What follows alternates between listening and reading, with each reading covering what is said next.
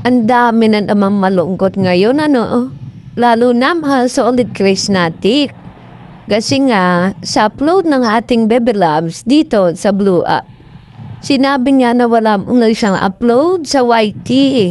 Kasi nga wala daw signal. Pero ramdam ko kay Baby Loves naglilibang lang talaga siya. Ramdam niyo ba yun? Parang ang lalim ng iniisip niya eh. Parang binibigyan niya talaga ng yung sarili niya ng relaxation. Parang nililinis na talaga yung isip niya. Nagre-relax siya. Makikita mo sana niya parang ang lalim ng iniisip. Yun ang nararamdaman ko sa kanya. Kaya siguro hindi siya makapag-upload, hindi siya makapag-concentrate video. Pero bigyan lang natin siya ng panahon talagang sa pinagdaanan niyang basing, grabe talaga. Sa pinagdaanan niyang sakit, grabe. Yung pain na binigay sa kanya ng mga bashers. Grabe. Kaya pagbigyan lang natin siya kung talagang mahal natin siya. Hintayin natin siya kung kailan niya. Kung kailan bukal na sa puso niya talagang yung kumbaga tanggap niya na nasa sarili niya na vlogger na talaga siya at kailangan niya lagi ang mag-update sa kanya mga subscriber. At ito nga, ang dami na naman malungkot. Grabe. Ito yung sabi ng ating Baby Loves. Wala muna akong upload ng ilang araw kasi di talaga kaya ng signal dito sa bukid. Pasensya na po, nag-aabang ng mga upload. Ayun, sabi natin Baby Loves, sabi naman ng isa, "Hi Krishna, pahinga at mag-relax nga malalim para magkaroon ng energy." Anyway, yun lang naman. Yun lang, kapag mahina ang net sa bundok, mahirap talaga maka-upload. It's okay Krishna, amping sa kanunay. Di ko alam kung anong Tagalog sa kanunay. Biyernes, Sabado, Linggo. Si walang tira, hindi ko maintindihan. Balikan na sa PB House, hinahanap ka ni Mike doon. Diba sabi nila, open ka doon, makabalik kasi pag doon ka na masaya ka. Kasama sa mga misyon nila ni Sir Paul. At siguro pabalik-balik na lang po tayo. Kung ano bibigay na opinion, sa opinion ko po muna siguro. Sa atin na, siguro wag muna talaga. Mahirap. Ilagay nyo po sa sarili nyo pag kayo, kaya nyo bang bumalik dun sa bahay na sobra ka nasaktan. Kasi nasaktan, hindi naman dun sa kundi syempre yung pag-ibig kasi, yun ang masakit, di ba? Ang dami niyang memories doon na magaganda. Talagang masasaktan siya. At isa pa, mahirap kumilos, gumalaw. Nung alam mo na may ayaw sa mga galawan mo. Diba? Ganun eh. Kaya siguro, sa opinion ko, mas maganda na siguro dyan muna sa lola niya. Kulang upload. Kung talagang mahal natin siya, makakapumintay naman tayo kung kailan siya mag-upload. O kung kailan talaga yung willing na talaga siya i-update tayo lahat. Kasi ngayon, sa tingin ko ngayon talagang parang pinag-iisipan niya. Nag-iisip siyang mabuti ngayon. Marami siyang minumuni-muni sa sarili niya. Yun ang tingin ko Patuloy po tayo sa pagbabasa Ako din po ma'am. Miss you Sir Paul and Dai Krishna. Go lang. Just pray always. And have fun. And have faith in Him. Magpahingatan na. Tapos upload ka na ulit para masaya na ako. Dami dito mga naghihintay talaga ng upload ni Baby Loves. May nabasa pa nga ako dito sa comment na 76 years old na siya. At ang talagang kaligayahan nga ay manood ng Chris Pao. Kaya sobra siya nasaktan nung nawala ang Chris Pao. Pero ma'am, pag po kayo mawala ng pag-asa habang buhay may pag-asa. Pero ako hindi na umaasa na magkabalikan talaga sila dalawa. Hindi na talaga. Okay na. Tanggap ko na. Ma'am, doon na lang po kayo manood sa mga video ni Sir Paul. Marami doon mga kung handa kayong masaktan. handa kayong kiligin kasi kikiligin kayo dahil nakakakilig yung mga video nila. Pero ang kailangan tanggapin nyo na wala na, hanggang doon na lang. Ganon.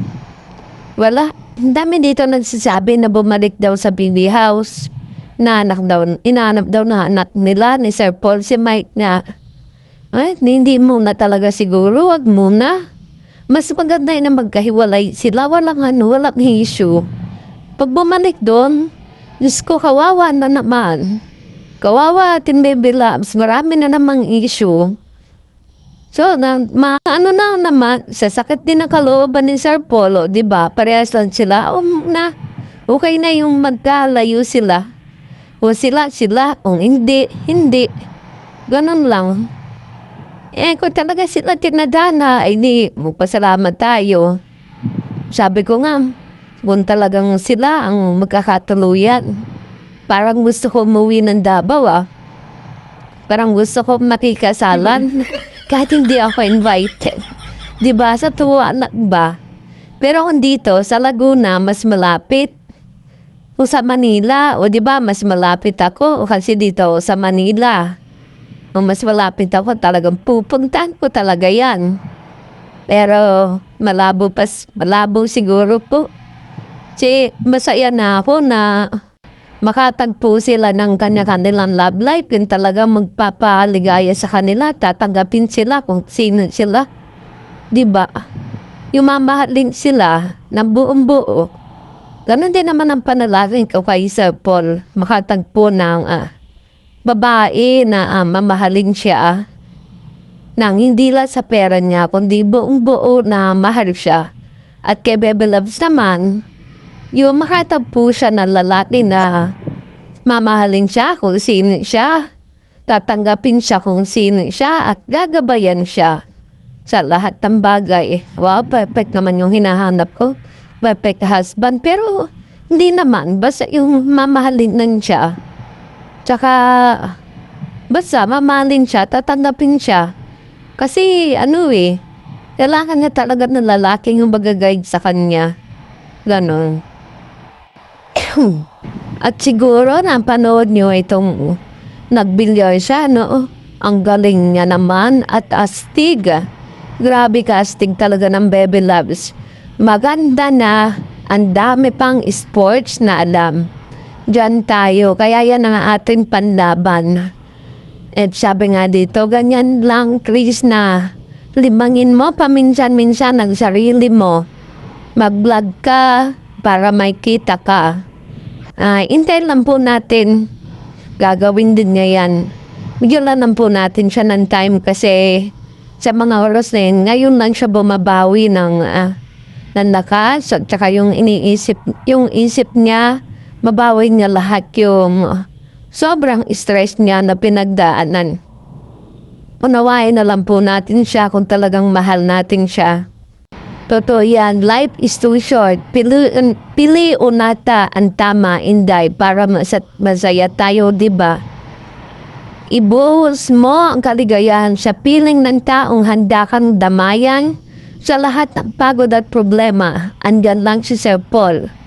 Lagi nakaapak sa lupa, pangarap lang ang tinataasan, magugulin ng oras sa walang kwentang kaligayahan. Well, kung doon po nalilibanghat, Bebe Loves, hindi po natin yan kayang diktahan. Kasi yan po nakakapagpasaya at nakakapagpapress ang utak niya. Basta kung saan po sa magsaya, suportahan na lang natin. Ganon po naman ang sa akin. Sabi pa ng isa, very talented ka talaga. Ang dami mong alam gawin. Lagi mo kaming pinapahanga. Oo nga, totoo. Grabe, talented talaga siya. Yan ang pansin ko, magaling sumayaw. Magaling lumangoy, swimmer din siya. Tapos magaling umakyat. Na bihira lang na babae marunong umakyat. Kasi nga marunong magbilyan. Galing niya Tsaka marami pa yan. Siguro dinidiscover pa niya.